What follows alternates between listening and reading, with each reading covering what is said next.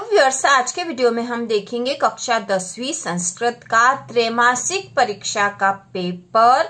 तो शुरू करते हैं। प्रश्न नंबर पहला है उचित विकल्पम चित्वा लिखत। तो उचित शब्द चुनकर हमें लिखना है। इसका पहला है बालिकया पदे विभक्ति अस्ति। बालिकया इस पद में कौन सी विभक्ति है? तो ऑप्शन है तृतीया, चतुर्थी, षष्ठी या सप्तमी। तो इसका उत्तर होगा तृतीया। ठीक है, यहाँ तृतीया विभक्ति है। इसके बाद अगला दूसरा प्रश्न है पुस्तक शब्दस्य द्वितीया विभक्ते एकवचनम भविष्यति। पुस्तक शब्द की द्वितीया विभक्ति में एकवचन क्या होगा? पुस्तकः, पुस्तकम, पुस्तकस्य या पुस्तके। तो इसका उत्तर होगा पुस्तकम। इसके बाद है नदीनाम पदे विभक्ति अस्ति। नदीनाम इस पद में कौन सी विभक्ति है? प्रथमा, द्वितीया, तृतीया या षष्ठी। तो इसका उत्तर होगा षष्ठी। ठीक है, षष्ठी विभक्ति यहाँ पर। इसके बाद अगला प्रश्न है कस्मात पदे विभक्ति अस्ति। कस्मात इस पद में कौन सी विभक्ति है?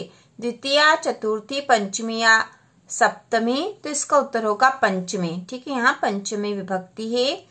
इसके बाद पांचवा है विद्या माता इव रक्षति अस्मिन् वाक्ये अव्यय पदम अस्ति। विद्या माता इव रक्षति इस वाक्य में अव्यय कौन सा है? ठीक है, तो अव्यय है यहाँ पर इव। तो यहाँ पे उत्तर आ जाएगा इव।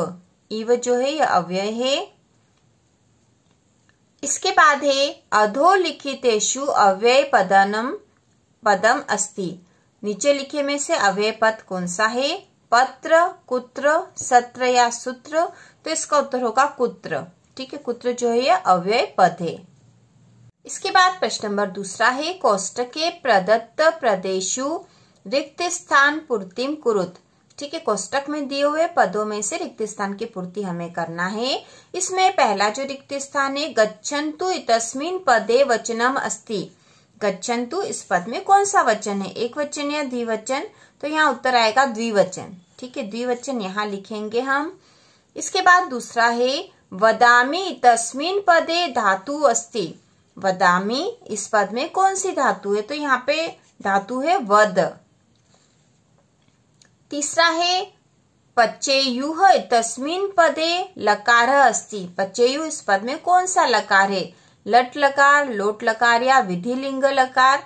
तो यहाँ आएगा विधिलिंग लकार। इसके बाद चौथा है लट लकारस्य उदाहरणम अस्ति। लट लकार का उदाहरण कौन सा है? तो इसका उदाहरण है पठिष्यति। ठीक है, पठिष्यति जो है लट लकार का उदाहरण है। इसके बाद पांचवा है अधिकारः पदे उपसर्ग अस्ति। अधिकार ये जो पद दे रखा है इसमें उपसर्ग कौन सा है? तो यहाँ पे उपसर्ग है अधि। ठीक है, अधि उपसर्ग है। और अगला है पराजयः पदे उपसर्ग अस्ति। पराजय इस पद में कौन सा उपसर्ग है? तो यहाँ पे परा उपसर्ग है। ठीक है, परा। इसके बाद प्रश्न नंबर जो तीसरा है वह है उचित युग्मेलनम कुरुत। तो यहाँ सही जोड़ी हमें बनानी है। यहाँ पे खंड अ ब दे रखे हैं। तो सबसे पहले इन शब्दों को पढ़ लेते। महाधन इंद्र जगदीशः महान च असो पुरुषः चंद्रशेखरः द्विगु समासस्य नमस्ते। और खंड ब है जगत धन ईश महापुरुष नमः धनते महेंद्र बहुब्रीहि और पंचवटी। तो यहाँ पे देखो महाधन इंद्र से बनेगा महेंद्र। ठीक है, महाधन इंद्र संधि हो जाएगी, महेंद्र बन जाएगा। जगदीश जगत धन ईश संधि विच्छेद हो जाएगा। महान च असो पुरुषः यह हो जाएगा महापुरुषः। चंद्रशेखरः तो चंद्र है जिसके शेखर पे, यदि हम इसको हिंदी में भी करें तो यहाँ पे ये बहुब्रीहि समास का उदाहरण होता है, तो बहुब्रीहि आ जाएगा। द्विगु समासः पंचवटी में द्विगु समास है। और नमस्ते का हो जाएगा नमः धन ते संधि विच्छेद। तो इस प्रकार से जोड़ी बनेगी। इसके बाद प्रश्न नंबर चौथा है एक पदेन उत्तरम लिखत। एक पद में हमें उत्तर लिखना है, मतलब एक शब्द में उत्तर यहाँ लिखना है। तो पहला है कत्वा प्रत्यय से एकम उदाहरणम लिखत। तो कत्वा जो है इस प्रत्यय का एक उदाहरण हमें यहाँ लिखना है। तो यहाँ पे उदाहरण हम लिख देंगे। तो उदाहरण हो सकता है इसका पतित्वा। पतित्वा, ठीक है, पतित्वा। इसके बाद है गतवान तस्मिन पदे कह प्रत्यय अस्ति। गतवान इस पद में कौन सा प्रत्यय है? तो यहाँ प्रत्यय है कतवतु, कतवतु, ठीक है, ये प्रत्यय है यहाँ पर। इसके बाद है अजा तस्मिन पदे कह प्रत्यय अस्ति। अजा इस पद में कौन सा प्रत्यय है? तो यहाँ पे जो है आ प्रत्यय है, ठीक है, आ प्रत्यय, प्रत्यय जो है यहाँ पे आ है। इसके बाद है अहम कस्मे जीवनम कामये। अहम कस्मे जीवनम कामये, तो इसका उत्तर होगा मानवाय, मानवाय। अहम कस्मे के स्थान पर मानवाय जीवनम कामये। इसके बाद अगला है व्याघ्रः कस्मात् विभेति। व्याघ्रः कस्मात् विभेति, तो यहाँ पे इसका उत्तर होगा मानुषात्, मानुषात्। व्याघ्रः मानुषात् विभेति। इसके बाद अगला है वृषभः कुत्र प्रपात। वृषभः कुत्र प्रपात, तो इसका उत्तर होगा क्षेत्रेह, क्षेत्रेह। वृषभः क्षेत्रेह प्रपात।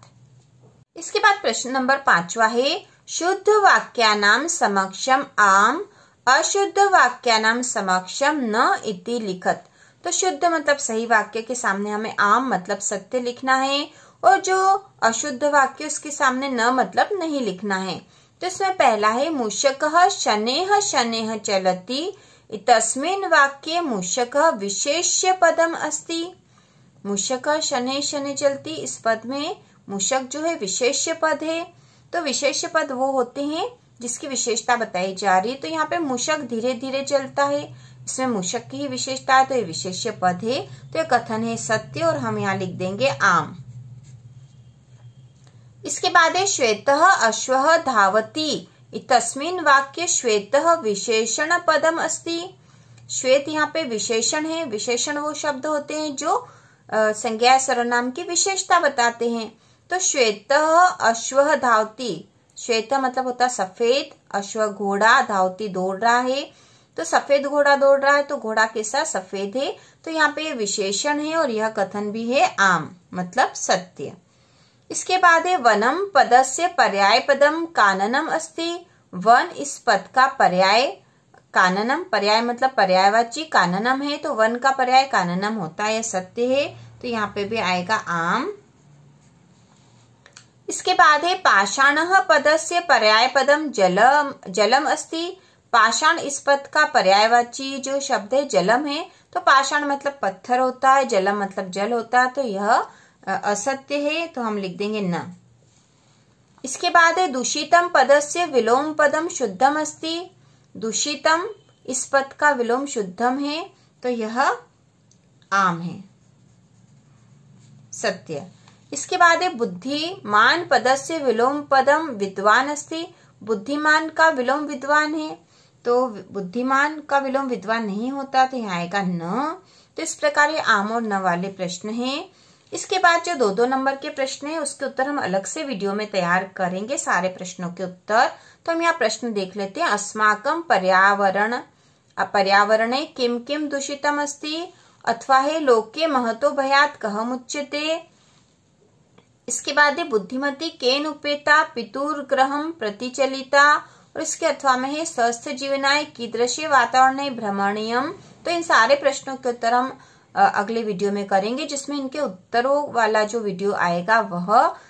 इसके बाद है बाल भावात हिमकरः कुत्र विराजते, और इसके अथवा में है कस्मात् कारणात् महानगरेषु संसरणं कठिनं वर्तते। इसके बाद है कुशल वयो वंशस्य कर्ता क, और इसके अथवा में है व्याघ्र किम विचार्य पलायित। इस प्रकार से बाकी के प्रश्नों के उत्तर हम अगले वीडियो में करेंगे। यहाँ पे जो रिक्त स्थान वाला है यह हम कर लेंगे अभी। प्रदत्त शब्द है रिक्त स्थान पूर्तिम कुरुत को अपि चत्वारा, कोई 4 ही करने हैं यहाँ पर। तो यहाँ पे दे रखा है शब्द, यहाँ में दे रखे हैं और रिक्त स्थान दे रखे हैं। इदानीं वायुमंडलम प्रदूषितमस्ति, समयस्य सदुपयोगः करणीयः, पर्यावरणस्य संरक्षणं प्रकृते आराधना, भूकंपित समये गमनमेव उचितं भवति, और जीवनम दुर्वहम अस्ति। तो यहाँ पे है सदा, भ्रशम, बहि, अत्र, एव। तो यहाँ पे भूकंपित समय बहि गमन में उचितम, ठीक है, तो यहाँ पे बहि आएगा। इसके बाद है समयस्य सदुपयोग करणीयम, तो यहाँ पे आ जाएगा सदा, पर्यावरणम संरक्षणम एव प्रकृते आराधना, और जीवनम दुर्वहनम अस्ति, तो यहाँ आ जाएगा अत्र। इसके बाद यहाँ आ जाएगा भ्रशम,